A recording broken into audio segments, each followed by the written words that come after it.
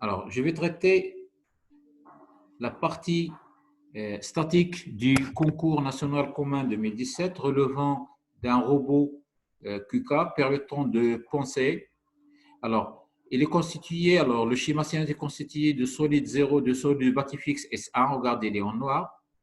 Le solide 7, animé d'un mouvement de rotation, il est en bleu. La liaison entre 7 et 1, c'est une liaison pivot. Quand vous avez une liaison pivot, vous avez une liaison hélicoïdale ici entre le solide 7 et le solide 8, liaison hélicoïdale, et donc transforme le mouvement de rotation de 7 en un mouvement de translation verticale de 8. Et le solide 8, c'est le solide rouge. Donc, il y a une liaison pivot glissant avec SA, une deuxième liaison pivot glissant avec SA. On verra plus tard la liaison équivalente des deux liaisons pivot glissants dans l'activité, la science suivante. Alors, les données du problème, c'est que dans le torseur de S7 sur S7, liaison hélicoïdale, torseur statique de liaison hélicoïdale, X, Y, Z, L, M et N, on verra qu'il y a 5 degrés de liaison vers la relation entre N7, N et Z. On reviendra sur le torseur de la liaison hélicoïdale. Un frein qui pourrait à tout moment freiner le mouvement de 7 et que le torseur de l'action mécanique du frein 35 sur le solide 7 est représenté par un torseur couple de moment CF.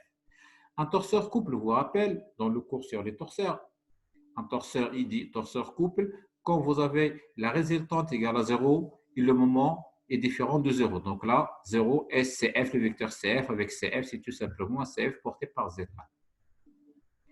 On a également l'action mécanique du plafond sur le solide S8 au point M est représentée par le torseur. Le torseur du plafond sur S8, c'est X, Y et moins F porté par Z1 et le moment au point M avec F égale à 300 newtons.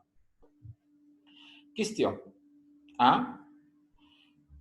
Je vais lire la question et je vais commencer à répondre. Déterminer l'action, l'équation scalaire issue de l'application de théorème de la résultante statique au solide S8 en projection sur Z1. On établira le bilan de la résultante correctement. Alors, pour être méthodique, et dans le cadre de toute étude statique et plus tard toute étude dynamique, on va commencer par mettre en place ce qu'on appellerait un graphe des actions mécaniques. Alors, le graphe des actions mécaniques, c'est d'abord le graphe de liaison sur lequel je traite les actions mécaniques mises en jeu. Alors là, donc je répondrai, donc là, C1C 2017. Alors, question 1. Alors, le graphe des actions mécaniques, c'est d'abord le graphe de liaison. Alors, quand j'allais faire le graphe de liaison, regardez bien, j'ai le solide, alors je prendrai le stylo noir, j'ai le bâti fixe, c'est 1, il est fixe, donc il ne s'appelle pas 0 ici, il s'appelle 1, dans ce cas-là, le bâti fixe 1. Entre 1 et 7, vous avez une liaison pivot.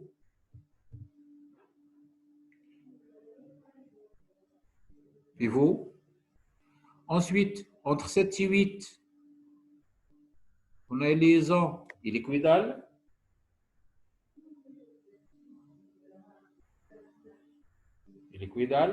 Et entre 8 et 1, on a deux liaisons pivot glissant en parallèle. On verra plus tard que la liaison équivalente sera une liaison glissière. Mais je noterai par rapport à ça a été fait, pivot glissant, et là, pivot glissant, deux liaisons pivot glissant en parallèle. Alors, je reprends. Donc là, je reviendrai sur le schéma qui a été donné, il est là. Alors, le graphe de liaison que vous avez, donc j'ai une liaison de pivot entre 0 et 1 au point OA et d'axe, entre 0 et 7 plutôt, entre 1 et 7 d'axe O1Z.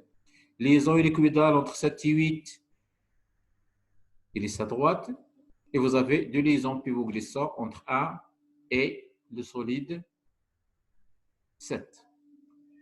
Alors, j'ajouterai à tout ceci l'action du frein sur le solide 7. Regardez le frein, il est entre le bâti fixe et 7. C'est comme un moteur dont une partie, donc là, le frein, une partie liée à 7, une partie liée à S1. Donc, dans mon graphe que j'allais ajouter, alors je mettrai donc un graphe de liaison dans lequel j'aurai, alors je peux l'ajouter, donc ce qui est maintenant, c'est le graphe de liaison. Pour le transfert au graphe des actions mécaniques, je vais ajouter les actions mécaniques mises en jeu.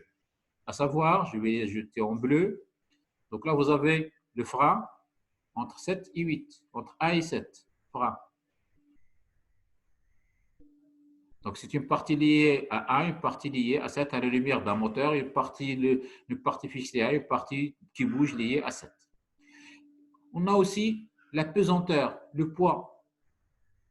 La pesanteur qui s'exerce sur le solide 7 et aussi la pesanteur sur le solide 8. La pesanteur sur de la pesanteur, c'est le poids P égale à mg et 0 au centre de gravité. Retour sur la question. On vous dit, désolé, alors je vais lire la question maintenant, je vais revenir sur la lecture de la question et je vais répondre. Alors la question, elle est là. Déterminer l'équation scalaire issue du théorème de la résistance statique appliquée au solide S8. Alors quand j'allais isoler le solide 8, alors on verra quelles sont les actions extérieures à 8. Alors les actions extérieures à 8, alors là, les actions extérieures à 8, je vais revenir sur mon graphe et je vais directement essayer d'isoler le solide 8. Je vais entourer le solide 8, mon pointier. Et à la frontière d'isolement du solide 8, quelles sont les actions extérieures?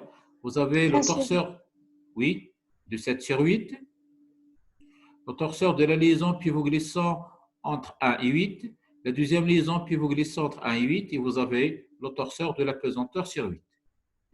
On me demande d'écrire le théorème de la résistance statique. Donc, pour répondre, TRS, théorème de la résistance statique appliqué à 8.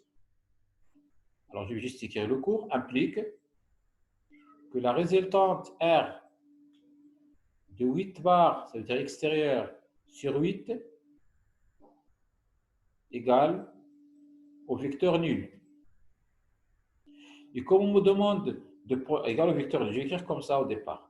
Alors maintenant, quelles sont les actions extérieures à 8? C'est d'abord la résultante de 1 sur 8 par la liaison pivot glissant, plus la résultante de 1 sur 8 par la deuxième liaison pivot glissant, il y en a deux, on verra, pivot glissant, plus la résultante de la liaison de 7 sur 8, elle est là, celle-là, par la liaison hélicoïdale, plus la résultante de la pesanteur sur 8 égale à 0. Je n'ai rien fait de particulier, la somme des torseurs égale à 0. Or, il y a noté la liaison pivot glissant, et les d'axe Z, pivot glissant d'axe Z, 1. Alors, on va essayer d'écrire le torseur statique de la liaison pivot glissant. Alors, je commencerai par le torseur cinématique de liaison pivot glissant, donc 0, 0, oméga Z, rotation suivant Z, 0, 0 et VZ. Ça, c'est le torseur cinématique de liaison pivot glissant d'axe Z qui contient deux composants. Et le torseur statique, par analogie, il va contenir, le torseur statique, j'ai écrit en vert, il va contenir, alors cette case avec celle-ci, il va contenir 4 composantes. Ça va être L, M, 0, et cette case avec celle-ci, X, Y, 0. Le torseur de liaison pivot glissant, il contient 4 composantes, 2 composantes cinétiques et 4 composantes non statiques. Mais regardez, ce 0-là, ça signifie que le moment en projection sur Z égale à 0, et ce 0, ça signifie que la résultante en projection sur ZA égale à 0. Alors, le torseur de la liaison hélicoïdale, il est donné. Elle est donnée. Le torseur de la pesanteur, je vous rappelle que le torseur de la pesanteur, la résultante de la pesanteur, le torseur de la pesanteur, c'est le poids P, égale à M8 fois l'accélération de la pesanteur G, et 0 au centre de gravité G8. Ça, c'est la résultante, ça, c'est le moment. Or, dans la question, on ne me demande pas d'écrire complètement le torseur, la résultante, mais la résultante de sa globalité, mais on me demande uniquement de faire la projection de la résultante, uniquement de faire la projection de la résultante,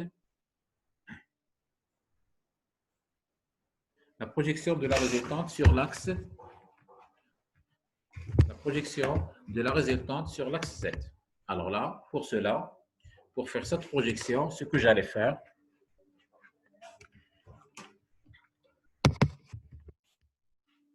alors le torseur de la résultante, alors regardez, donc Z scalaire la résultante, alors on me demande scalaire Z1, donc je vais dire Z1 scalaire la résultante de 8 bar sur 8 égale à 0, c'est, donc là 0, je vais enlever, donc je vais enlever le égal à 0, vecteur nul, et donc là, je multiplie chaque vecteur scalaire Z. Donc, ça va être ici Z scalaire. Alors là, je multiplie tout scalaire Z en bleu. Donc, ça va être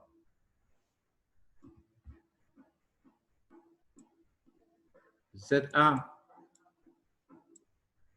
scalaire la résultante égale. Là encore, c'est Z1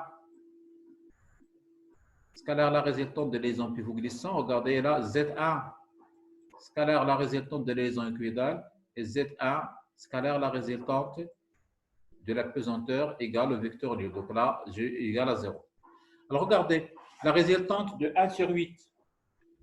La résultante de 1 sur 8, vous avez ici une liaison pivot glissant. J'ai écrit tout à l'heure le torseur, il est là le torseur. Alors quand vous écrivez le torseur de la liaison pivot glissant,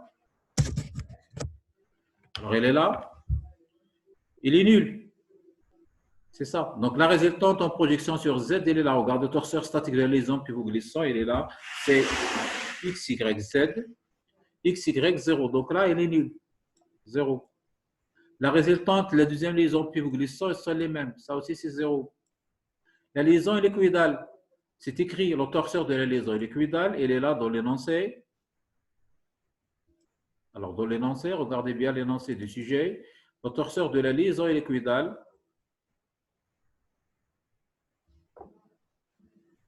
Alors, le torseur de la liaison est équidale. Il est là. C'est écrit de 7 sur 8, c'est SZ Z78. Alors, j'ai peut-être, il se peut que j'ai peut-être oublié de mettre le... j'ai oublié le plafond. Bon, retour sur l'énoncé. Donc là, c'est Z, non, c'est pas là. Donc c'est Z78. Donc je vais l'écrire ici. Alors regardez dans le graphe tout à l'heure, on n'a pas fait attention, on avait oublié le torseur, le plafond sur 8. C'est bien noté. Regardez bien dans l'énoncé. On vous dit que le plafond sur I8. Donc je devrais l'ajouter dans mon graphe de liaison. Bon, il faut bien attention. Donc sur le solide 8 s'exerce aussi le plafond.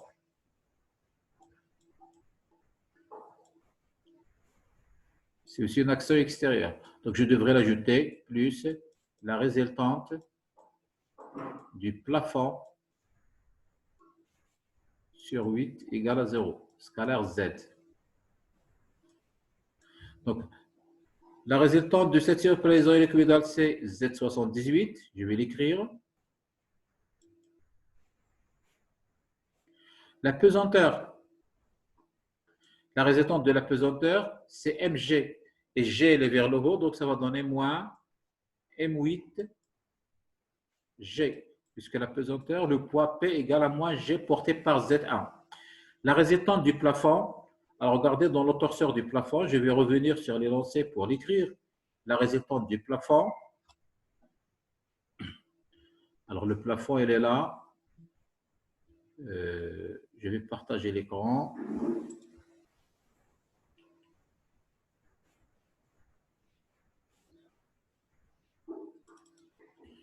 Alors, le torseur du plafond sur I8, c'est en projection la résultante, en projection c'est moins F.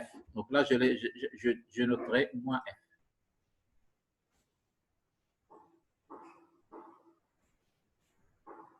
Moins F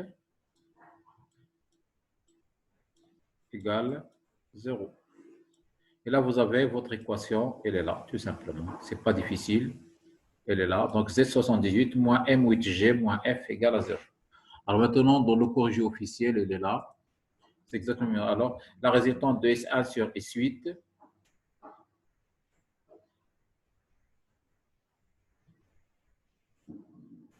plus la résultante de S1 sur S8 plus la résultante du plafond, c'est moins F. L'apesanteur, c'est moins 8G. Vous avez votre équation Z78 moins M8G moins F égale à 0. Ça, c'est l'équation liée à la question 1. Alors, je vais revenir sur la question 2. Alors, dans la question 2, il y a la question B plutôt. Écrire, alors elle est là. Déterminer l'équation scalaire issue de l'application du théorème du moment statique au point 8 au solide 7 en projection sur Z1. On établira le bilan des moments correctement. Maintenant, je vais isoler quel solide? Le solide S7. Alors, d'une façon méthodique, je vais revenir sur mon graphe des axes mécaniques. Cette fois-ci, alors je changerai de couleur, je vais isoler le solide 7. Je prendrai par exemple la couleur verte.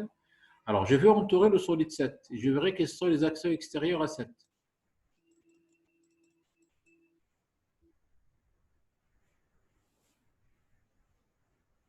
Alors, quand j'isole 7, les axes extérieurs à 7, c'est la liaison pivot entre 1 et 7, le frein, le torseur de la liaison équidale entre 7 et 8, et le torseur de l'apesanteur sur 7. On me dit le théorème du moment statique. Alors maintenant, je vais encore reprendre. Je vais lire. Le théorème du moment statique, en quel point? Au point O8. Juste cette écriture qui est écrite ici, je vais l'écrire scientifiquement. Comment réécrire la même équation scientifiquement? Alors, je prendrai le tableau. Alors, je vais effacer quelque part. Ça signifie tout simplement, alors, je ne vais pas tout effacer, j'effacerai juste une partie. Je laisserai le graphe. Cette fois-ci, c'est le théorème des moments statiques appliqué au solide 7.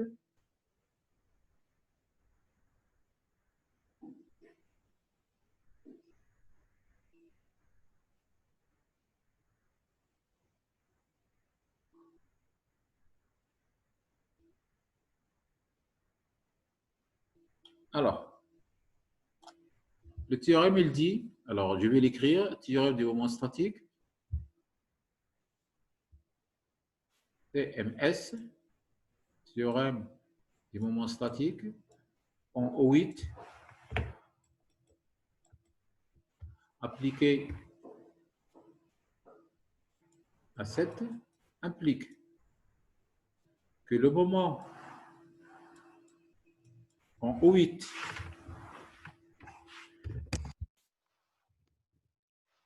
le moment en O8, au point O8,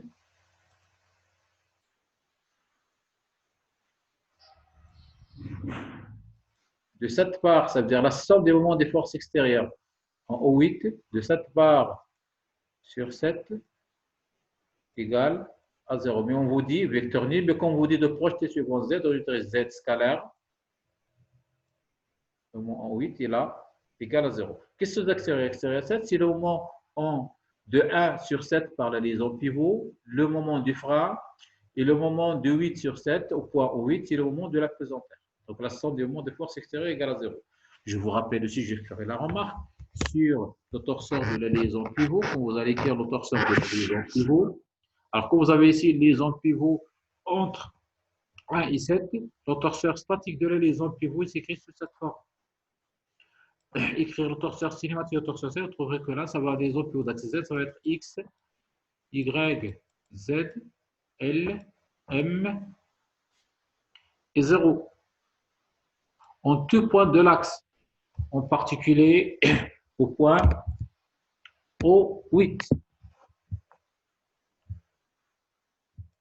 Donc, on a c'est 0, c'est le moment Z scale le moment O de ce torseur, il est nul. Le moment du frein, il est donné. C'est moins CF porté par Z. C'est donné dans l'énoncé. Les oeils liquidaires, vous avez le torseur du 7 sur 8, c'est moins le torseur de 8 sur 7. Il est donné. Là aussi, il est donné. Il est là. Ce n'est pas ici. Alors, je retourne sur l'énoncé. Elle est là.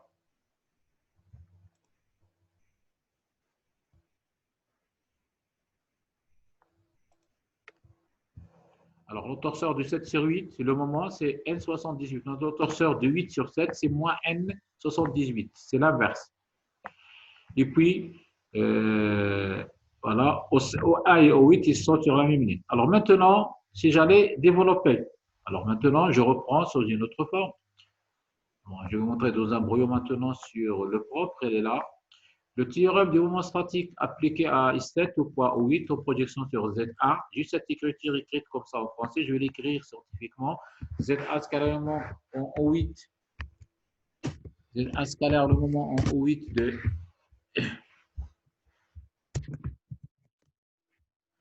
SA bar sur S7 égale à 0. Donc, Z escalonnement O8 de SA sur S7. Z escalonnement O8 de S8 sur S7. Z escalonnement O8 du frein sur S7. Z escalonnement O8 de la pesanteur sur S7 égale à 0. Je remplace chacun. Ici, vous avez la liaison pivot. La liaison pivot entre A et S7, vous avez sur la liaison pivot, le moment il est nul en projection sur Z. S8 sur S7, les liaisons liquidales, c'est moins N78. Regardez le torseur des liaisons liquidales. Le frein, ou les torseurs couple, c'est moins CF porté par ZA, scalaire ZA, c'est moins CF. La pesanteur, faites attention, je sais que le moment au point O, je chercherai le moment au point O de la pesanteur. J'ai la relation, c'est que le moment au point O8, c'est le moment au point G, plus O8G, vectoriel, la résultante. Plus OG, pardon, désolé pour la qualité d'écriture, OG, O8G, 8. Vectoriel, la résultante, c'est le poids. Et j'allais faire scalaire. Le moment point G, il est nul.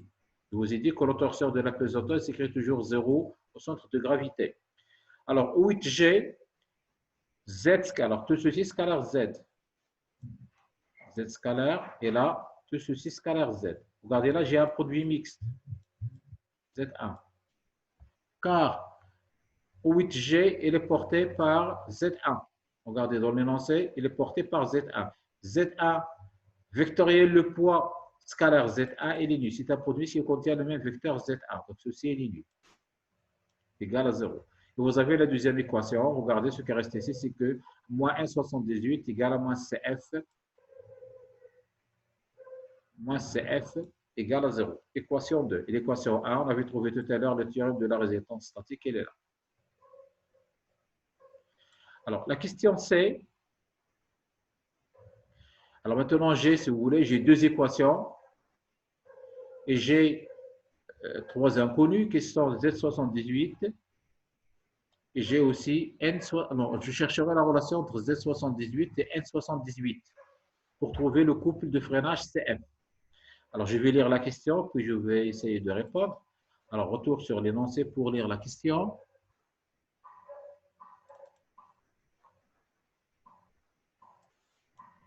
Alors, la question c'est, déterminer alors c'est la conséquence. Le couple de freinage en fonction de M8, GF et Z. Alors là, regardez, pour trouver, je reviendrai sur le torseur statique de la liaison hélicoïdale. Regardez, vous avez X, Y, Z, L, M et N. Alors, il y a la relation entre L78 et Z78. C'est ce que j'allais exploiter dans mon cas. Alors, je vous rappelle que le torseur de liaison hélicoïdale, alors je vais ouvrir un tableau. Alors, de manière générale, un zoom, juste pour parler de la liaison hélicoïdale. Ici, vous avez liaison hélicoïdale d'axe Z. Elle est là, la liaison, votre liaison hélicoïdale, elle est là, entre 7 et 8. D'axe Z. Je vous rappelle que le torseur cinématique de liaison hélicoïdale Z s'écrit 0, 0, oméga Z et 0, 0, VZ, mais la rotation de la rotation, de rotation, mouvement de translation. Quand vous avez une hélice à droite, on va noter le pas sur 2pi fois oméga Z. C'est ça le torseur cinématique de liaison hélicoïdale. Elle contient un seul degré de liberté, le pas sur 2pi oméga Z. Et que le torseur statique de la liaison hélicoïdale doit contenir 5 composantes. Retour sur le tableau des liaisons, vous allez vous apercevoir que là, on va l'écrire sous la forme X, Y, Z, ce qu'on avait appelé X78, puisqu'entre 7 et 8, Y78, Z78. Et là, L, M. Et là, comme j'ai mis un signe plus ici, on avait dit qu'on va mettre ici un signe moins. Dans la liaison, ça va être moins le pas sur 2pi fois Z78. Alors là, il est annoté. En fait, c'est ça, ce qu'on avait appelé N78. C'est ça, N78, c'est moins le pas sur 2pi Z78. Il vient tout simplement de la relation naturelle existante dans un torseur statique d'une liaison liquidale entre la résultante et le moment. On a dit que dans n'importe quel torseur d'une liaison parfaite, deux choses à vérifier. La complémentarité assise de torseur cinématique et statique, j'ai là une composante, donc je devrais avoir 5 composantes. Et aussi, il faudrait que le produit de torseur soit nul. Donc là, la relation, c'est que N78 égale moins le pas sur 2pi fois Z78. Alors, de ce fait, retour sur mes équations de tout à l'heure. Alors maintenant, revenons sur mes équations. On avait déjà deux équations. L'équation de N78 égale moins le pas sur 2pi fois Z78. On va remplacer entre l'équation 1 et l'équation 2. Vous allez remplacer ici la relation N78, remplacer la relation avec Z78. Elle est là, la relation entre les deux. Donc, c'est moins le pas sur 2pi sur 2. Vous allez trouver que le couple de freinage, c'est F égale le pas sur 2pi F plus M8G. Alors maintenant, on vous demandera de faire une application numérique.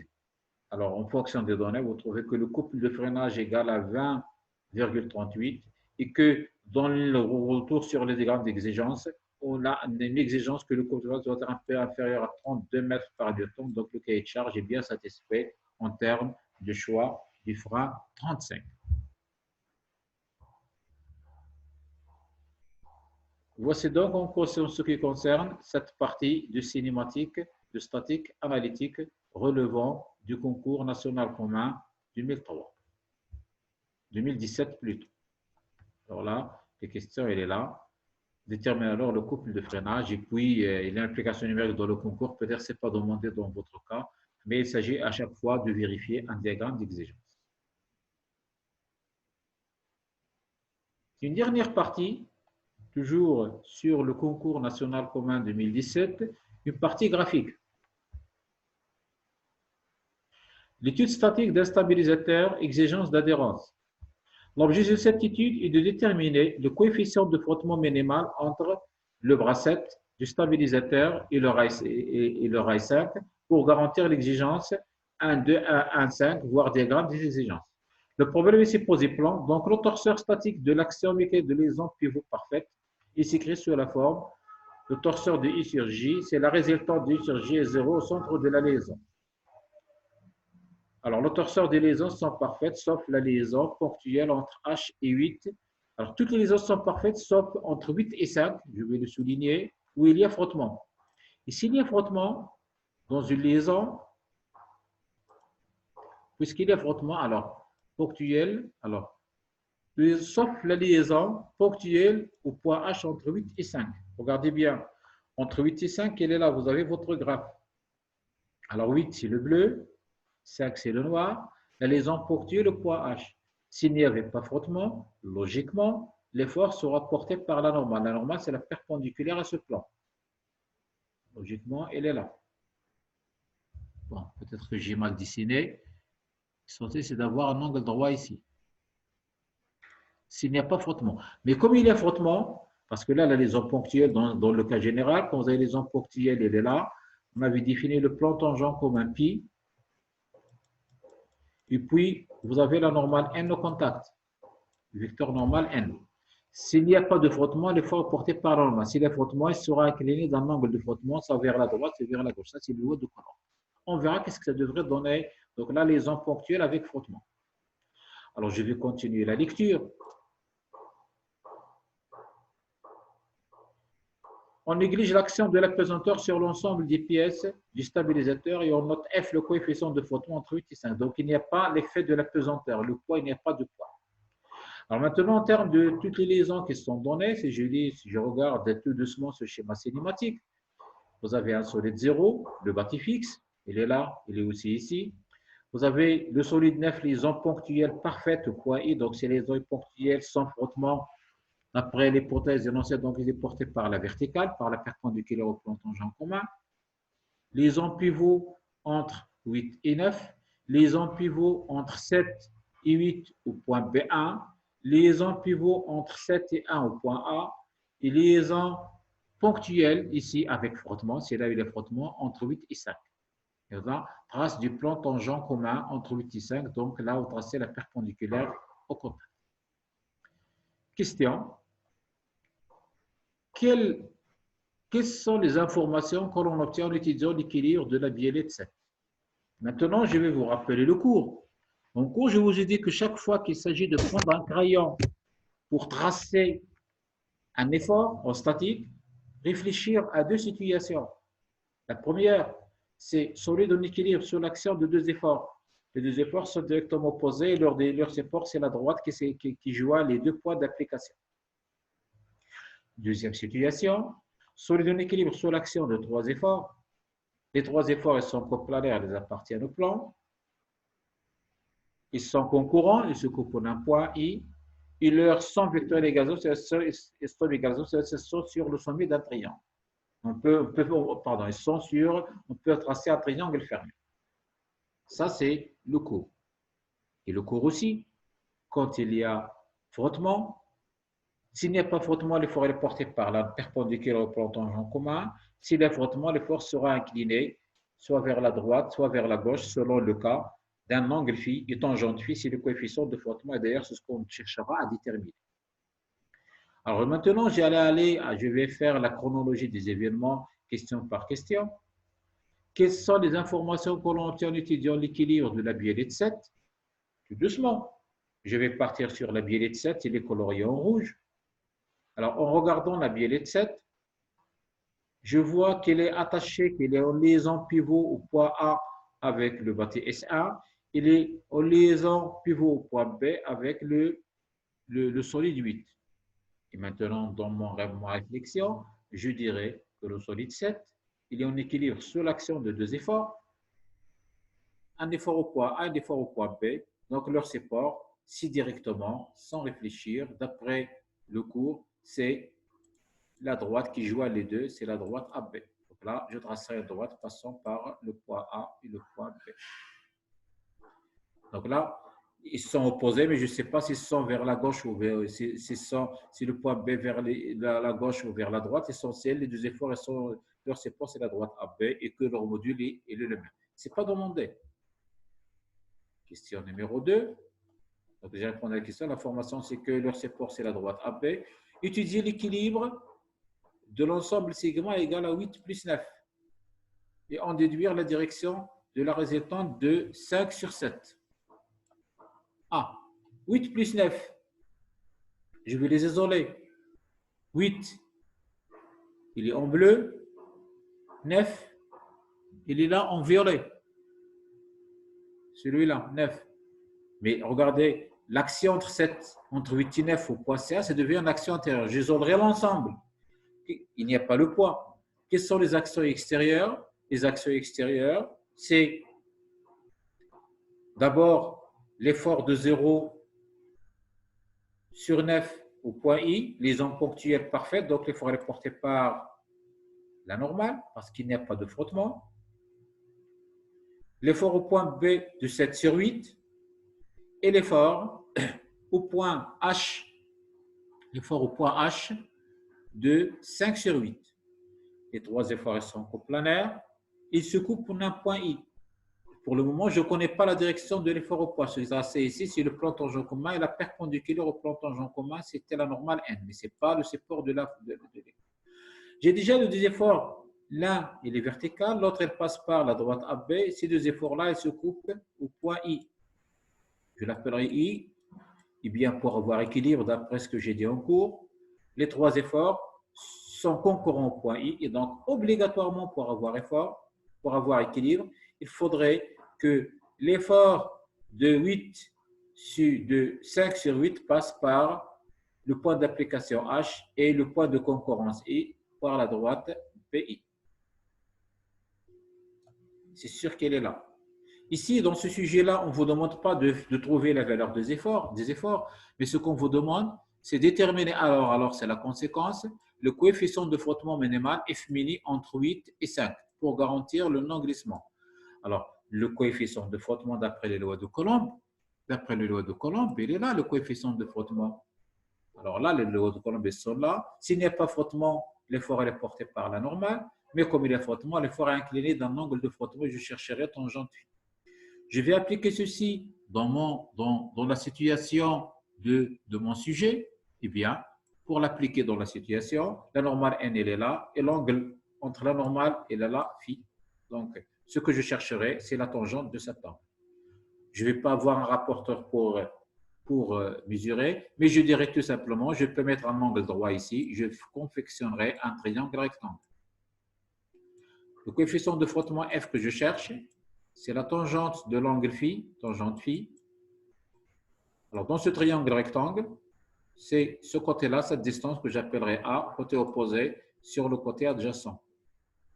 C'est A sur B, vous mesurez en millimètres, et vous allez directement trouver la valeur du coefficient de frottement. Vous pouvez mettre le triangle là où vous voulez, ce sont des triangles semblants, vous mettez le côté adjacent, côté opposé, côté adjacent, sans même pour autant être obligé de prendre un rapporteur pour mesurer l'angle, parce que je n'ai besoin que de la tangente de l'angle phi.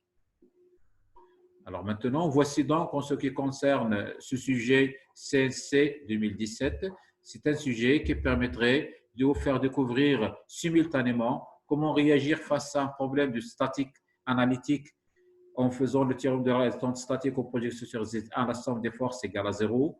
Le théorème de homostatique, on a isolé 7 et on a trouvé l'équation. On vous a montré aussi la relation dans une liaison liquidale entre le moment et l'effort, la relation le pas sur 2π fois oméga avec un signe moins, puisqu'on avait aussi plus dans la liaison liquide, dans le torseur cinématique, dans tout ça, c'est qu'on va mettre un signe moins. Puis, en une deuxième partie, on vous a fait découvrir exactement comment réagir face à un problème de statique plane. Il vient, sur les sélection de deux efforts, les efforts sont directement posés sur leur direction, c'est la droite AB. Sur l'équilibre, sélection de trois forces, ces trois forces sont coplanaires, concurrentes, se coupent en un point I, ce qui va permettre de trouver la direction, le support de l'effort au point H où il est frottement, et qu'on a raisonné sur le fait que le coefficient de frottement, c'est l'inclinaison de l'effort par rapport à la normale, eh bien, ça me permettrait de trouver le coefficient, la valeur de tangente phi, qui est tout simplement le coefficient de frottement nécessaire pour assurer l'adhérence entre les deux solides. Merci pour votre attention.